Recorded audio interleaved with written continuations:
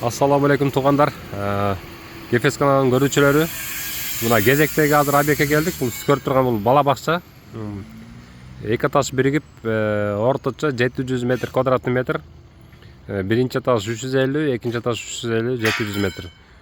Ушул объектти азыр мен сизге бир сыйра сүрөттөп, отопление кандай болду, эмне үчүн закрытый система коюлду, котелдор кайсы меш коюлду, ошонун расходу баарын сиздерге төкпө чачып айтып берем туугандар. Биз менен болуп туруңуздар. Эң башкы кире бериш жери ушул жерден киребиз туугандар. Бул жерде төпүл пол болгон жок бирок. Бул жерге киргенде эле биринчи ал жерде бут ушул жерде кишилер күтүп турат садикке киргенде. Ушул жерге мына 6 кабырга радиатор коюлду. Так, булар биметалл болду. Биметалл бирок өтө кымбат эмес, арзаныраак эле коюлду. Так, бул жерге киргенде, балдар киргенде раздевалкалар болот туугандар. Анан башкысы бул жерде төпүл пол болгон жок. Анткени мамлекеттик мекемелерде төпүл полго уруксат берилбейт. Дальше мына киребиз. Бул жака киргенде бул жерде шкафтар эле орнотулду. Анан дальше мына комнатага киребиз азыр. Так, бул жерде мына балдар лестница жасап атышат. Так, мына бул садиктин бул жерде бир радиаторлор болгон ичинде.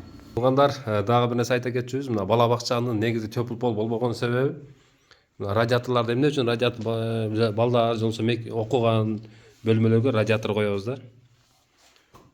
Bunun birden bir sebebi төпүл полдо негизи бул биздин жанагы билим берүү министрликти уруксат бербей коюптур. Анткени төпүл полдо басып жүргөн бала анан кайра үйүнө барганда үйү суук болсо ооруп калат деп. Ошон үчүн комфорттуу температура болуш үчүн жок радиатор эле туугандар. Радиатор эле орнотушуп, радиатор орнотушту да.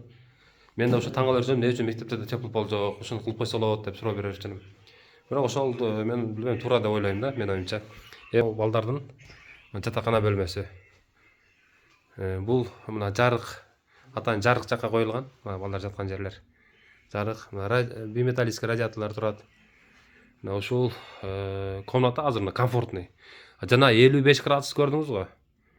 Бул азыр комнатанын ичи 22 градус. Азыр мына мен сиз көрүп турган комната 22 градус. Аябай комфортный. Төпүл полдун кереги жок. Бир чети туугандар, көмүрдүн дагы расходу да аз болот да. Муну азыр да тактап кетебиз. Эмне үчүн аз болот экен? Санузелге киребиз. Мына санузелде бул балдарга ылайыкталган атайын унитаздар, кичинекей. Кол жууган жерлер. Так. Кийинкисине киребиз азыр. Кийинкиси. Бул жерде мен ойлоп атам, бул жак кыздарды коюш керек. Тияк балдарга, бул жак кыздарга да өзүнчө жасаган. Бул жак тамактануучу жай, бөлмө десек болот. Дизайн, эгер ким садик салып, мектеп салсаңыздар, могул азыр ушу эң заманбап дизайнда жасалган. Азыр мына кухнясы. Кухняда бүт баары заман талабына жооп берген нержавейкалардан турат. Мына бүт баары нержавейкадан жасалган. Бул жер моечный экен. Идиш шактарды ушул жерден жууп, мына моечныйда даярдап берет туугандар. Бүт заман талабына жооп берет. Ушул жердин туугандар радиатору төп эменин астында пластиктен жасалды да, самотечный эмес туугандар. Тиякта көргөзүп кеттим мына. Самотечный эмес, бул жерде мына пластик менен эле мынтип эле жасалган. Мындай айтканда өтө кымбат эмес, арзаныраак кылып эле жасалган. Пластиктерде эле обычный эле валфекстер турат. Так, азыр кийинки бөлмөгө киребиз азыр. Так, мына нержавейкадан перила жасалып бүтүп калды. Азыр мына балдардын окуу бөлмөсүнө киребиз. Окуу бөлмөсү дагы бул жер дагы өзүнчө мына кызыктуу. Балдар ушул жерде сабак өтүшөт. Мына ушул жерден мугалимдери сабактарын үйрөтүшөт. Бул мен оюмча кыздардык экен, мына эмелерине караганда. Кыздардын бөлмөсү экен. Светтер окшошпойт. Мына кара, бул жерде да күн өстү. Ошого ылайыкталган садикте мына жалаган балдар отурган жер күн тийип турат. Анан потолоктор да бийик. Камералар бар. Ата-энеси карап турса болот онлайн. Мына бул жердин дагы эмеси радиаторлары закрытый коюлган да, жабык түрдө коюлган. Мынтип эле коюп койгон болду туугандар. Бул жерге 1 миллион сомдук отопление кеткен жок. Бирок объект 700 квадрат. Расходный материал айтсам күлөсүздөр да. Анча-мынча эки этаждыкка караганда аябай аз кетти. Эми бул боюнча отдельный сөз. Бул жердин утеплениясы базальттан болду. Дагы бир эме, бул жерге таза аба кирип турат сырттан. Бул радиаторго прямой туташтырылган да атайын. Мына бул жактан коюлган. Бул жерден радиатор ысытып берип турат дальше. Мына бул жак сырттар. Так кийин азыр эме сыртка чыгабыз. Биз азыр экинчи этажда турабыз. Бул жак лестничный площадкадан келдик. Келип мына экинчи этажга чыктык. Бул окуу жайдын аты Steam. Жол болсо кыргызча которгондо струя десек болот да, Steam. Жол болсо дагы бир өзүңүздөр точно которсоңуздар эмеге жазып кетиңиз. Так, экинчи этаждабыз азыр. Экинчи этаждагы мына класстын көрүнүшү. Мына бул жерде Кыргыз Республикасынын картасы бар. Мына шаарлар бар. Эгер сиз ушул картаны да көрүп турган болсоңуз, ушул жерде сиз комментарий калтырып кетиңиз, сиз кайсы шаардан болосуз, ошону тартып айтып кетиңиз. Так, туугандар, биз азыр ошомо класстардабыз. Бул жерде эки эле радиатор, бул жерде эки эле радиатор. Килттеген чоң комната. 24/80 эле коюлган бул жерге. Азыр эми жатуучу бөлмөгө киребиз. Жатуучу бөлмө, уктоочу бөлмө. Мына бул жактын дизайны. Бул жак космосту болуп тур. Бул жерден да радиатор, балдардын уктоочу бөлмөгө сырттан воздух кирген атайын. Өзүнчө таза аба кирген. Мына туугандар. Жасалгасы деле мындай жакшы заманбап жасалган, столдорун да карасаңыздар болот. Бул столдордун кырлары жок, байкасаңыздар, столдун кырлары жок. Анткени балдар урулуп чабылбаш үчүн туугандар. Бул комнатаны көрүп чыктык туугандар. Эми могул азыр кийинки комнатага киребиз.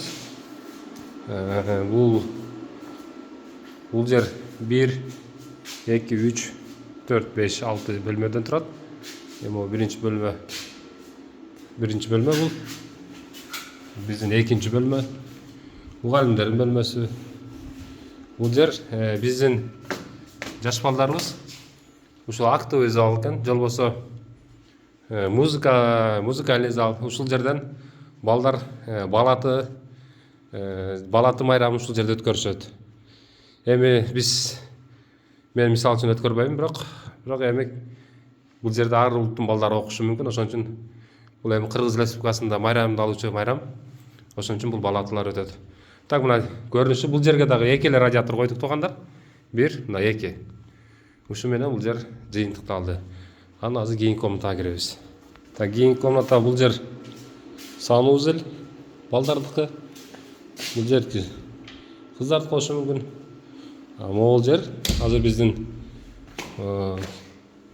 кички балдарыбыз ушул жерден таамгаларды ушул жерден үйрөнүшөт.